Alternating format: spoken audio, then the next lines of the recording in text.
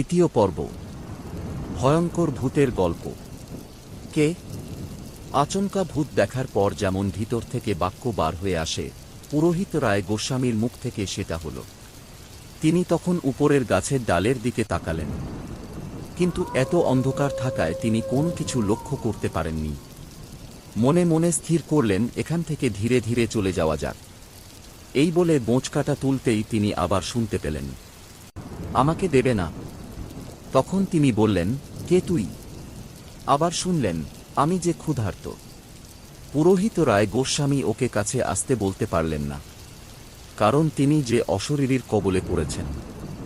তখন আবার আওয়াজ পেলেন, আপনি যে ব্রাহ্মণ, অভুক্তকে আহার না দিয়ে যদি আপনার যাওয়া উচিত হয়, তাহলে আপনি যান। কঠিন পরিস্থিতিতে পড়ে গেলেন পুরোহিত মহাশয়। এই কথার উপর তিনি আর যেতে পারলেন না। মনে মনে ভাবলেন, ও ভূত হোক আর মানুষ হোক, ও মেয়ে ক্ষুধার্ত। ওকে খাবার খাইয়ে দেওয়া এখন তার কর্তব্যের মধ্যে পড়ে গেছে। মনে সাহস রেখে জোর করে বললেন, পুরোহিত মহাশয়, আমার কাছে মনে কোন খাবার নাই। কি দেব তোমাকে? বোঁচকাতে কি? বোঁচকাতে কিছু চাল আর ঠাকুরের দেওয়া ফল আছে, খাবে তুমি? ও বলল, না। তখন পুরোহিত মহাশয় বললেন, কেন খাবে না? ও বলল, ঠাকুরের দেওয়া ও সে খাবে না। ও বলল, সে ফড়ার মাংস খাবে।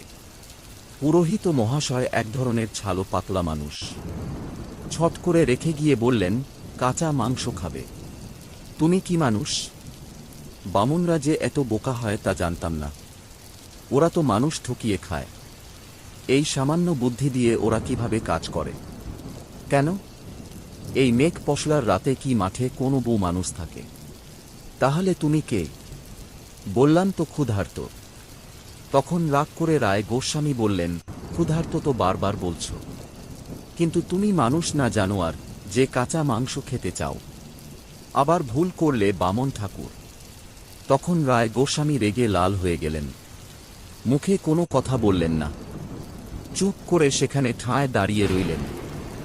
জানোয়ার তো আপনি। কেন?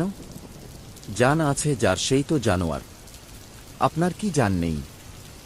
আপনি কি মরা মানুষ? ক্রমশ চলবে। তৃতীয় পর্ব শীঘ্র আসতে চলেছে।